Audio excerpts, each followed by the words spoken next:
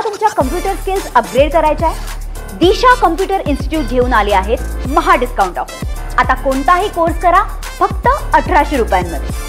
शिवसेनेचे प्रवक्ते आणि छत्रपती संभाजीनगरचे पालकमंत्री संजय शिरसाट आपल्यासोबत आहेत. शिरसाट साहेब, महाविकास आघाडी जी आहे सध्या विखुरती आहे असं दिसतंय. काही लोक अनेक ठिकाणी फुटतात. मात्र बाळासाहेब थोरात म्हणतायत की महाविकास आघाडी भक्कम होती आणि ती राहील आणि येणाऱ्या निवडणुकात ताकदीनं लढवेल. हे बघ, आता बोलण्याशिवाय त्यांच्याकडे काही पर्याय नाही आहे. कोण आहे महाविकास आघाडीमध्ये? सांगावं. शरद पवार आहेत. काँग्रेसचं कोण आहे? नाना पटोले आहेत, वडट्टीवार आहेत. या कुणालाच महाविकास आघाडीमध्ये राहायचं नाही, कारण की महाविकास आघाडीमध्ये राहून त्यांचा लॉस झाला असं त्यांचं एक मत आहे. आणि उबाटाचं तर धोरण आज कुठे आहेत ते स्वतःलाच शोधतायत, आपण नेमके कुठे आहोत. म्हणून महाविकास आघाडीवर ही राहणार नाही. तुम्ही काही दिवसात पाहाल शरद पवार साहेब अजितदादांचं काही बोलणी चालू आहे असं म्हणतात. ते कुठं राहतील त्यांचं सांगता येत नाही. म्हणून आता याच्याबद्दलचं भाकीत करणं हे उचित नाही, परंतु काही दिवसानंतर तुम्हाला याचं चित्र स्पष्ट होईल. शरद पवारांचं एक वक्तव्य आलं आहे. त्यांना जेव्हा विचारलं की दोन्ही पवार एकत्र येणार का, त्या प्रश्नावर ते म्हणाले की हे मला माहीत नाही. याचाच अर्थ समजून घ्या. शरद पवार साहेब कधी आयुष्यामध्ये पूर्वेला जायचं तर पश्चिमेकडे चाललो म्हणून सांगतात ते. म्हणून ते जे बोललेत मला माहीत नाही याचा अर्थ सर्व त्यांना माहिती आहे. फक्त नेमकं कोणत्या वेळेला करायचं याचा मुहूर्त ते शोधत आहेत आणि त्या मुहूर्तावर ते त्यांचा निर्णय जाहीर करतील.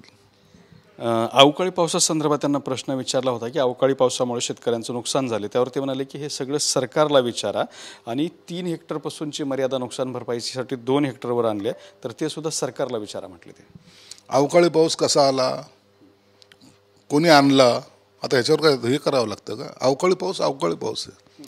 निश्चित त्याच्यात शेतकऱ्याचं नुकसान झालेलं आहे आणि सरकार त्याच्यात सकारात्मक आहे. पंचनामे सुरू आहेत, मदत त्यांना द्यायचीच आहे. आणि शेतकऱ्यांसाठी सरकार आहे हो. हे सरकार काय दुसऱ्यासाठी आहे का? आणि अवकाळी पावसामध्ये ज्यांचं नुकसान झालं असेल त्याची जबाबदारी सरकारची. म्हणून तुम्ही हे प्रश्न विरोधी पक्षाला विचारून ते काही करणार पण नाहीत आणि त्यांना काही देणं घेणं नाही.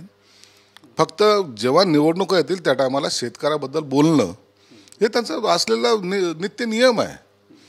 म्हणून सरकार त्यांची काळजी घेईल, त्याची चिंता त्यांनी करू नये.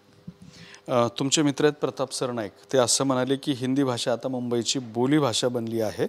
मी जेव्हा म्हणजे ही थोडक्यात हिंदी भाषा ही आमची लाडकी बहीण आहे असं म्हणताना मीरा भाईंदरमध्ये मी प्रवेश केला की हिंदीच बोलतो असं म्हणणं आहे त्यांचं. हे बघा, ज्या ठिकाणी जी समाज कम्युनिटी जी जास्त असते त्या ठिकाणी ती भाषा चालते. मीरा भाईंदरचा पट्टा जर पाहिला तर तिथं मॅक्झिमम हिंदी भाषा चालतं आहे. तुम्ही जर तो ठाण्यामध्ये पाहिलं तर मराठी चालेल. तुम्हाला दादर पाहिलं तर मराठीच बोलावं लागेल. आणि दादरमध्ये गुजराती बांधवसुद्धा मराठी बोलतात. अख्ख्या गुजरात्यांना मराठी येते. म्हणून तुम्ही हे आपलं सामाजिक जीवनामध्ये हे ॲडजस्टमेंट असते. मग तुम्ही म्हणाल की नाही मी मराठी, मी कुठेही जाऊन तीच भाषा बोलेल तर ती लोकांना कळाली पाहिजे ना. ज्या लोकांना कळत नाही त्या टायमाला त्यांच्या भाषेमध्ये बोलावं लागतं किंवा त्यांना जे आपली थोडी बहुती कळते त्या टायमाला मराठीतही बोलावं लागतं. त्यांचं वक्तव्य असं आहे की हिंदी आता ही मुंबईची बोलीभाषा बनली आणि ती आमची लाडकी बहीण आहे. बोलीभाषा नाही, पण जनरली हे असल्यामुळे मुंबई जी आहे ती आर्थिक राजधानी असल्यामुळं त्या ठिकाणी विविध प्रांतातून लोक येतात. त्यामुळं हिंदी भाषेचा प्रभाव थोडा निश्चित वाढलेला आहे, याचे नाकारता येत नाही. लाडकी बहीण आहे का नाही हे निश्चित सांगता येणार नाही. प्रचंड वादात अडकल्यानंतर राजीनामा दिलेले धनंजय मुंडे विपश्यना केंद्रात गेलेत, मनशांतीचा मार्ग शोधतायत. चांगलं काम आहे. सरकारने सुद्धा विपश्यना केंद्रामध्ये जाण्यासाठी सरकारी कर्मचाऱ्यांना विथ पे सुट्ट्या दिलेल्या आहेत. त्यांना सुद्धा पाठवतो. एक मनशांती असावी. राजकारण 24 तास डोक्यात असणं, रोज एखाद्या त्या पेपर वाचून तेच कॉमेंट्स त्या गोष्टी या थोडे टाळण्यासाठी शांतीचा मार्ग जो गौतम बुद्धांनी दिलेला आहे तो मला वाटतं या टायमाला आपल्याला उपयोगाचा ठरतो. म्हणून धनंजय मुंडे गेलेत आणि प्रत्येकाने जावं अशी मला सुद्धा जायचं आहे. म्हणून हा मार्ग चांगला आहे आणि त्या काही वावगं नाही. चलो बुद्ध की ओर हे महत्त्वाचं आहे. और बुद्ध की ओर ही चलना चाहिए. युद्ध नको बुद्ध हवा, हा हे का म्हणतात ह्यासाठीच की आता आपल्याला थोडासा कंट्रोल, स्वतःवर मनावर कंट्रोल असणं हे गरजेचं आहे. कोकणात आत्तापर्यंत एकाही शेतकऱ्याने आत्महत्या केली नाही. कोकणातील शेतकरी कर्ज बुडवत नाही असं भरत गोगावलेंनी वक्तव्य केलेलं आहे आणि आम्ही तिथल्या शेतकऱ्यांच्या पाठीशी आहोत. एक हे वैशिष्ट्य आहे, कोकणामध्ये तुम्ही पाहाल तर कर्ज घेणाऱ्याचं प्रमाणसुद्धा कमी आहे.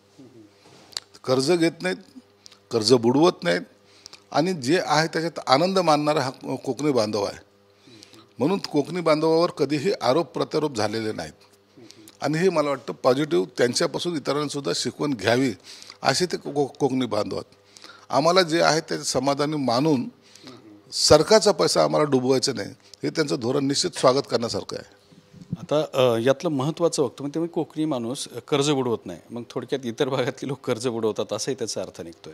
नाही, काही अनेक ठिकाणी कर्ज बुडवतात ना, त्यांनी काही दुसऱ्यावर आरोप करायसाठी केलेलं वक्तव्य नाही आहे. परंतु कोकणातला माणूस बुडवत नाही हे नक्की आहे.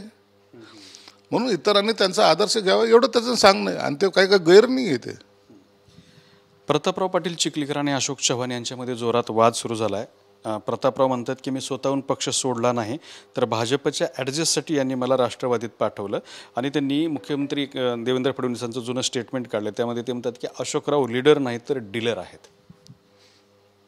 प्रतापरावचं त्यांचं हे अनेक वर्षापासूनचं भांडण आहे. ज्या वेळेला अशोकराव चव्हाण भाजपमध्ये आले तेव्हा त्याचा खऱ्या अर्थानं थोडा उद्रेक हा चिखलीकर कडून केला गेला आणि आता त्यांनी दुसऱ्या पक्षात गेल्यामुळे आता त्यांना बोलायला वाव नाही आहे. त्यांनी त्याच्यावर कॉमेंट्स करणं, पक्षात राहून जर काही बोलले असते तर त्याला महत्त्व प्राप्त झालं असतं. आता ते दुसऱ्या पक्षात आहेत, त्यांनी त्यांचा पक्ष सांभाळावा. मुख्यमंत्र्यांकडे प्रताप सरनाईकांनी स्वतःच्या चौकशीची मागणी केली आहे. भाजप जिल्हाध्यक्षांनी प्रताप सरनाईकांवरती भ्रष्टाचाराचा आरोप केला होता की एसटीमध्ये कोट्यवधी रुपयाचा यांच्याकडून घोटाळा केलेला, त्यामुळे प्रताप सरनाईक म्हणतात की चला माझी चौकशी करा. हे निश्चित आहे ना. मग सरकारमध्ये राहून जर एखादा सत्ताधारी पक्षाचाच जिल्हाध्यक्ष जर म्हणत असेल की भ्रष्टाचार झाला आहे तर म्हणजे चौकशी झाली पाहिजे आणि हे मोठेपणाचं लक्षण आहे. प्रताप सरनाईकांनी स्वतःहून सांगितलं होय चौकशी करा माझ्या खात्याची. याला हिंमत लागते, ती हिंमत प्रताप सरनाईकांनी दाखवली, त्यांचं अभिनंदन करण्यासारखं आहे आणि मुख्यमंत्र्यांनी त्यांची चौकशी करावी आणि जर चौकशीमध्ये ते निर्दोष आढळले किंवा चौकशीमध्ये काही आढळलं नाही तर त्या जिल्हाध्यक्षाला द्यायची जी समज ती तातडीने द्यावी. पण या निमित्ताने महायुतीमध्ये भडका उडाला आहे, कारण तुमचा शिंदे गटाचा जो जिल्हाध्यक्ष आहे तो म्हणतात की भाजपचा मीरा भाईंदरचे आमदार नरेंद्र मोदी यांचे डाऊट टोळीतील गुंडांशी संबंध आहेत. होतं, मग आरोपावर प्रत्यारोप होतात, ॲक्शनला रिॲक्शन मिळते.